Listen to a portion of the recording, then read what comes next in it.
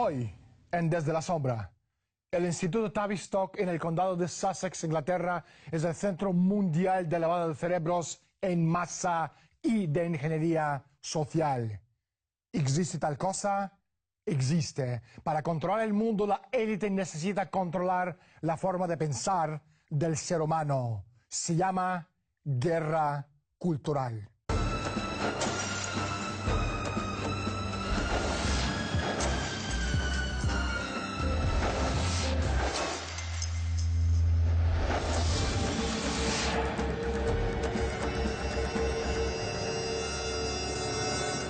¿Cuál es el propósito de esas modificaciones de la conducta? Implantar cambios forzados en nuestro modo de vida, extirpar por completo el sentido de identidad del ser humano, arrancarle el alma y sustituirlo después por uno pseudo-alma artificial y sintética. Para hacernos entrar voluntariamente en el mundo de la era postindustrial de crecimiento cero y progreso cero, es necesario forzar un cambio de la imagen que tiene el ser humano de sí mismo, del concepto fundamental de lo que somos. Hoy en Desde la Sombra hablaremos con David Christie y descubrimos tanto la red de Tavistock como los métodos de lavado de cerebro y guerra psicológica que están adaptando en este preciso momento con la intención de ser aplicados a proyectos de ingeniería social a gran escala. Pero primero, salgamos a la calle y preguntemos a la gente su opinión sobre el Instituto Tavistock. Lo desconozco. Yo también. No, no lo conozco. David, gracias por estar con nosotros y bienvenido al programa. Primera pregunta, ¿qué es Instituto Tavistock? Bueno, el Instituto Tavistock ha pasado por varias transformaciones. Apareció en 1920 como una clínica destinada a estudiar los efectos de la neurosis de la guerra en los individuos durante la Primera Guerra Mundial, su experiencia traumática de haber vivido una conflagración. De modo que su propósito era entender y ayudar a las víctimas de la neurosis de la guerra a enfrentarse a su experiencia traumática.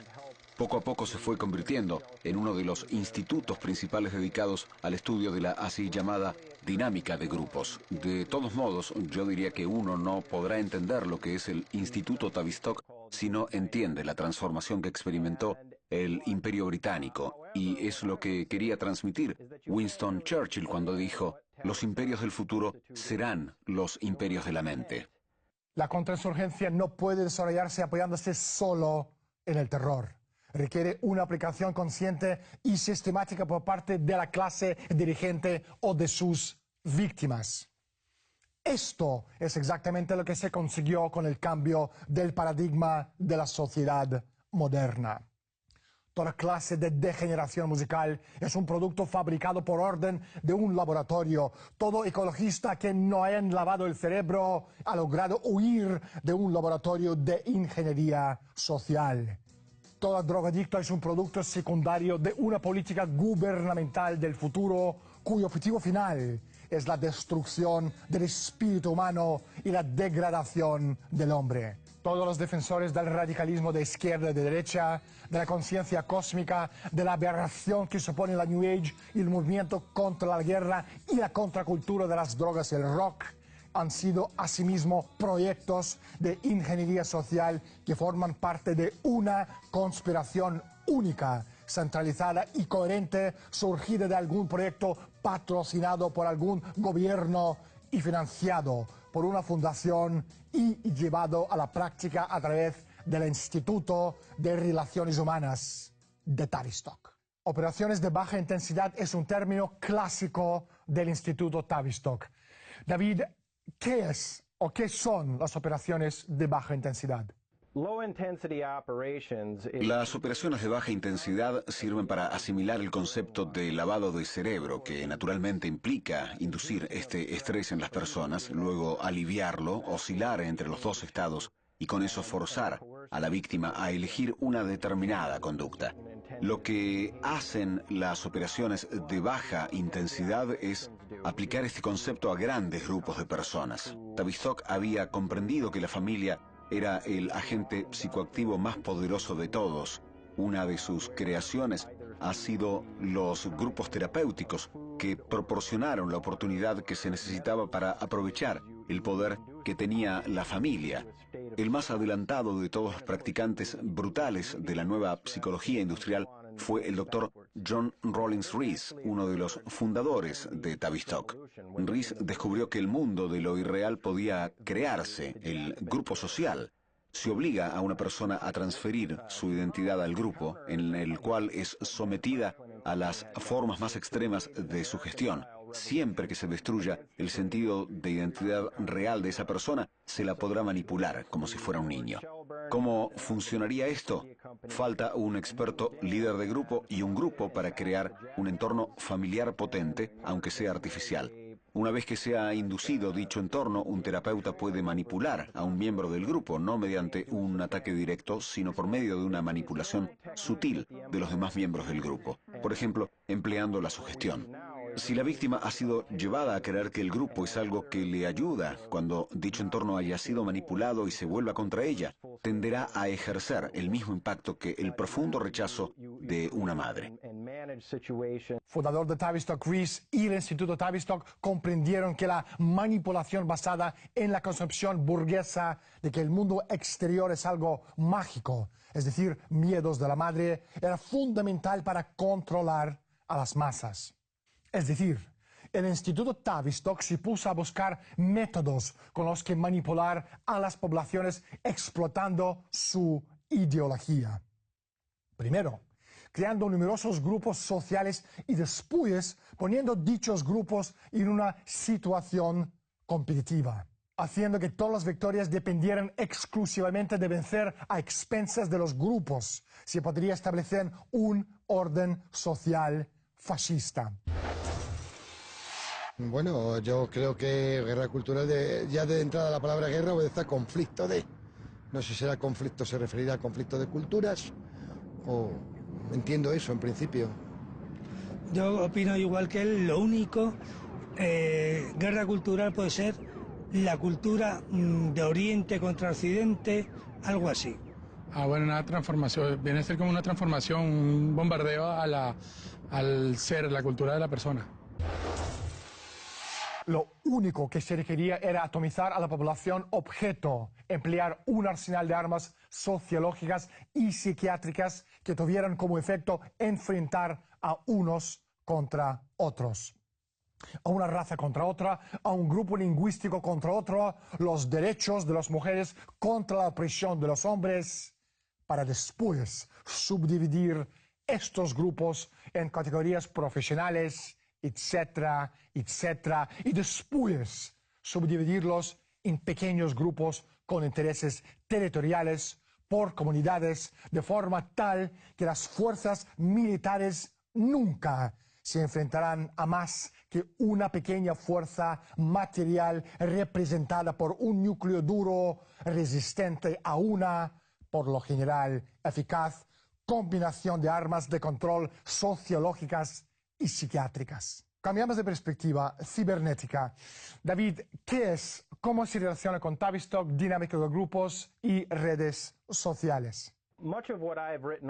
Por fuera del Instituto Tavistock, algunas redes se han reunido en torno de lo que se denomina la Sociedad Cibernética, que fue fundada por Josiah Macy y otras fundaciones que pusieron mucho dinero en la cibernética para reducir la condición humana al equivalente de la de un animal, eligiendo simplemente entre el placer y el dolor, evitando el dolor y buscando el placer en lugar de esa cualidad de la mente. Se reduce la condición de la persona a solo su sensualidad. La cibernética se propuso estudiar si la mente era como un animal o como una máquina, como un sistema binario o un sistema digital, eligiendo simplemente entre ceros y unos como si se tratara de computadoras basadas en sus cálculos de placer y dolor. Y entonces lo que comenzaron a hacer fue estudiar cómo se produce esto en gran escala, como fenómeno social. En el caso de la sociometría tenemos un gran número de personas que estuvieron involucradas en los grupos cibernéticos, como por ejemplo Frank Stanton de CBS, gente en las firmas de sondeos como Gallup, el Instituto Livingston.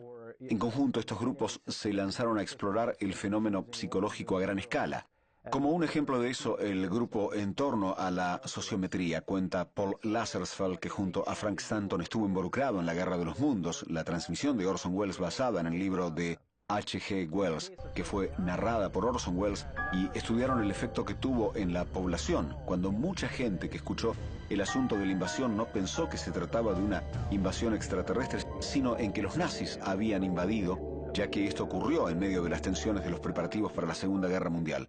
Pero, yendo más lejos, estudiarían la dinámica de grupos y también las relaciones. En otras palabras, quién hablaba con quién, qué redes estaban conectadas entre sí, y a partir de la sociometría desarrollarían lo que denominaron sociogramas, que básicamente es qué gente se relaciona con qué gente, qué personas buscan el liderazgo en grupos sociales, fundaciones, corporaciones, cómo las personas ven las relaciones de cualquier grupo al que pertenezcan. Y así se desarrollaron los denominados sociogramas para trazar un mapa de todo eso. Y lo que obtuvieron fue que varias de estas agrupaciones se convirtieron en lo que se dio en llamar Red Internacional Social de Análisis, un grupo fundado principalmente por Barry Wellman, pero que incluye a varias de las personas de Sociometry, el Instituto Livingston y otros, y su agenda se había fijado el objetivo de desarrollar la tecnología que ahora conocemos como medios sociales, Facebook y demás. Ellos hablan de complejos modelos de imágenes en 3D para ver quién habla con quién, y como sostuvo gente remarcable del Instituto de Investigaciones, están estudiando esto porque se trata de algo muy persuasivo. La totalidad de lo que Tavistock ha hecho en lo que estos líderes en sociología, antropología y demás están interesados es en crear un grupo dinámico que tenga tendencia a reforzar el comportamiento del modo en que lo hace una familia, y tú no quieres ofender a tu grupo de iguales, tú no quieres convertir a tu entorno en algo incómodo. Entonces esta dinámica de grupo tiene formas de reforzar el comportamiento, incluso en forma más eficiente que la del lavado del cerebro individual, ya sea que se trate de la terapia de electrochoque, drogas o el tipo de lo que podrían ser las técnicas de la vieja escuela de lavado del cerebro. Los grupos dinámicos pueden ser más efectivos en controlar grandes grupos de personas, en crear una psicología de masas. Comunicación, luego ahí empieza la parte de mercadeo, me imagino que se abre una puerta para el comercio. Hombre, el fin, evidentemente, para mí siempre es ganar dinero. Fundamentalmente. Prima más el ganar dinero que el público tenga información. Bueno, en un principio para conectar a la gente y en un segundo término para manipularlos y espiarnos. Uno puede ser el hacer una comunicación más directa y más rápida, y siempre subyacirá, hay un tema subyacente que es el tema económico. Por muy barato que sea el suscribirte a Facebook, tener Facebook o cualquiera, siempre hay un componente económico. No es lo mismo que haya una persona que pague 1000 que pueda haber 1.000.000 de personas que pague 1. Extrapolando la premisa hacia la contracultura, los ingenieros sociales pensaron que los ordenadores podían desempeñar un papel similar al del LSD en el control mental. En otras palabras, crear un artificial campo de concentración sin lágrimas. Sin embargo, para poder tener un campo de concentración sin lágrimas es necesario tener el control, las comunicaciones y el poder de la retroalimentación. Y ahí es donde entra la cibernética con los mecanismos de comunicación y regulación de sistemas complejos conocidos hoy como ingeniería social. La tarea del científico social, también conocido como agente del cambio, consiste en inventar las herramientas adecuadas para explorar un terreno dado. Y en el caso de las interrelaciones humanas, dicho campo es el de las actitudes espontáneas, interactivas de todos los individuos que lo componen. Por consiguiente, la tarea del científico social consiste en adoptar las herramientas de modo que le permitan provocar la espontaneidad de los individuos hasta el punto deseado, incluso hasta el máximo. Una cosa que han sabido siempre los constructores de imperios como David Rockefeller es que la persuasión constituye la clave para iniciar movimientos fascistas. Esa es una de las razones de que inicialmente, allá por los años 50, las fundaciones oligárquicas invirtieran cantidades exorbitantes de dinero en la cibernética, y que esas mismas fundaciones estén hoy día gastando miles de millones en tecnologías de redes sociales con el fin de cambiar el modo de pensar y de hacer la gente. ¿Por qué el lavado del cerebro se les resulta tan atractivo a los chicos del Instituto Tavistock? Bueno, recordemos que el Instituto Tavistock fue fundado como una entidad gubernamental en 1946, después de la guerra, con fondos de Rockefeller, la Fundación Ford, Joseph Macy, y algunos de estos grupos financieros internacionales constituían al Imperio Británico. Entonces, la intención de estas entidades financieras era buscar métodos para controlar a grupos de personas cada vez más grandes, para mantener vivo su sistema. Y su sistema era el sistema feudal, en el que la clase campesina es controlada por los reyes, las reinas, los lores y los varones y toda una variedad contemporánea del fascismo corporativista. Su intención es utilizar las técnicas de lavado de cerebro y aplicarlas a cada vez mayores grupos de personas para poder controlar a la gente a una escala cada vez mayor y persiguiendo sus propios propósitos. Y su propósito es controlar a la población creando una especie de nuevo feudalismo. En vez del viejo modelo autoritario que servía para imponer dictaduras, lo llamaron democracia consensual. Es decir, este nuevo método les permitía crear la apariencia de que la gente tenía la libertad de elegir su propia conducta, mientras que en realidad esta conducta era la única opción que se les ofrecía. Y de este modo, a la gente se le transmitía una sensación de estar eligiendo su propio futuro, pero en realidad todo fue un montaje. Las opciones fueron puestas delante de ellos. Kurt Lewin era uno de los individuos clave dentro de la estructura de Tavistock. Él refinó técnicas del grupo sin líder en una herramienta de contrainteligencia. David, ¿cómo se hizo? Lewin fue el padre de la dinámica de grupos y uno de los primeros expertos que reclutó Rees. Comenzó su trayectoria profesional en la Universidad de Cornell, donde trabajó en una serie de estudios sistemáticos sobre el efecto de la presión social en los hábitos de la alimentación de los niños. Según Lewin, una de las técnicas principales para destruir la moral por medio de una estrategia de terror consiste exactamente en la táctica siguiente: que la persona no sepa con claridad en qué posición se encuentra ni qué puede esperar. Si además se confunde su estructura cognitiva sobre dicha posición mediante decisiones poco claras en cuanto a tomar medidas disciplinarias severas o proporcionar un trato amable, junto con la propagación de noticias contradictorias, es posible que la persona llegue a no saber siquiera si un plan en particular va a acercarla o alejarla de su objetivo. En esas circunstancias, hasta las personas que tienen objetivos claros y están dispuestas a correr riesgos, quedarán paralizadas por un grave conflicto interno respecto de lo que deben hacer. Creo que es igual. Cada gobierno, cada país proyecta su cotidianidad, lo que quiere. Al 50%. Correcto, igual que mi amigo. Yo creo que nos cuentan un 100% de mentira y 0 de verdad. Lewin propuso que mediante el uso de técnicas de lavado del cerebro destinadas a grupos pequeños se podría establecer una forma de dictadura fascista más eficiente. El número y la notoriedad de una horda de agentes autoritarios propia del régimen nazi podría reducirse si se crearan pequeños grupos comunitarios que se administrasen solos. Ellos mismos consideran que existen gracias a la capacidad que tienen como personas para influir en la conducta de quienes se encuentran en su entorno inmediato.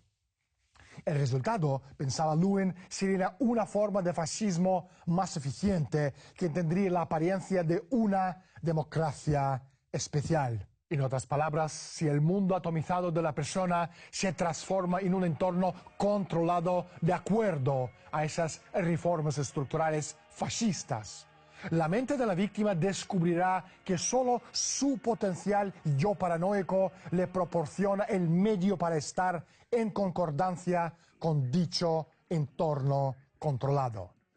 Es decir, el fascismo es el mundo deseado que aparece en los sueños paranoicos del inconsciente. La Federación Mundial de Salud Mental era un proyecto del grupo de cibernética. David, ¿quién lo creó y con qué objetivo? John Rawlins Rees fue su primer presidente y la idea era promover el concepto de persuasión y crear una psicología masiva para la población. Pero todo esto forma parte del plan del gobierno mundial. Margaret Mead, quien posteriormente fue una de las presidentes de la Federación Mundial de Salud Mental, dijo que el concepto de la salud mental es extensivo al orden y la comunidad mundial, es decir, la necesidad de situar a psiquiatras en posiciones clave que les permitan desempeñar un papel determinante en los programas administrativos y sociales de los gobiernos y de la industria. No debe sorprendernos que el desaparecido George Orwell concibiera su novela 1984 después de haber pasado un tiempo en contacto con un grupo de seguidores de Rees. Creo que esto deja muy claro la intención de esa organización: participar en la destrucción del Estado-nación soberano. Es la forma moderna del imperialismo, que significa eliminar los Estados-nación y formar un gobierno mundial compuesto por una cábala internacional de cárteles multinacionales y bancos. Y es la forma moderna del Imperio Británico, una variedad moderna de lo que era la Compañía Británica de las Indias Orientales. La intención de esta organización era inducir una psicología masiva para crear un gobierno mundial. Inaugurada en 1948 por el Grupo de la Cibernética, la Federación Mundial de Salud Mental fue uno de los proyectos más deplorables que pusieron en marcha los principales sociólogos, psiquiatras y antropólogos del mundo, las denominadas tropas de choque psiquiátricas. Es decir, grupos de psiquiatras que desarrollaron métodos de control político que empujaron a la mayor parte de la población hacia la psicosis y empleando procedimientos de los llamados programas de modificación de la conducta. Se proponía dicha medida para que la población se volviera sumisa al orden económico internacional que seguiría a la Segunda Guerra Mundial. David, no hay tiempo para más. Muchísimas gracias por estar con nosotros. Le agradezco por el trabajo que usted hace. Cuando hablamos de guerra psicológica, con frecuencia hablamos de maneras de atemorizar al enemigo. Y para conseguirlo, debemos entender la psique del enemigo, lo que le hace amar, odiar, luchar y huir. Y a fin de encontrar el antídoto eficaz, Tavistock y compañía necesitan entender cómo reaccionará dicho enemigo en situaciones de estrés. Esto implica que las tropas del choque que propone Rees deben tener un profundo conocimiento de la psicología humana, un conocimiento que en sí mismo es una especie de magia negra. Y dado que estamos hablando de una guerra de percepciones, de maneras de ver el mundo, es importante que los psicólogos, los psiquiatras, los sociólogos y los antropólogos, esos hombrecillos grises, sin identificar y vestidos con trajes de flanela, que trabajan para Tavistock, comprenden el impacto del arte, la música, la literatura y otras expresiones culturales y la manera en que dichas formas de expresión representan el modo de ver el mundo. Como dijo Rees en 1945, las guerras no se ganan matando al adversario, sino minando o destruyendo su moral y conservando la propia. Soy Daniel Stulin. Bienvenidos todos al mundo de Humo Espejos. Gracias por estar con nosotros y hasta la semana próxima.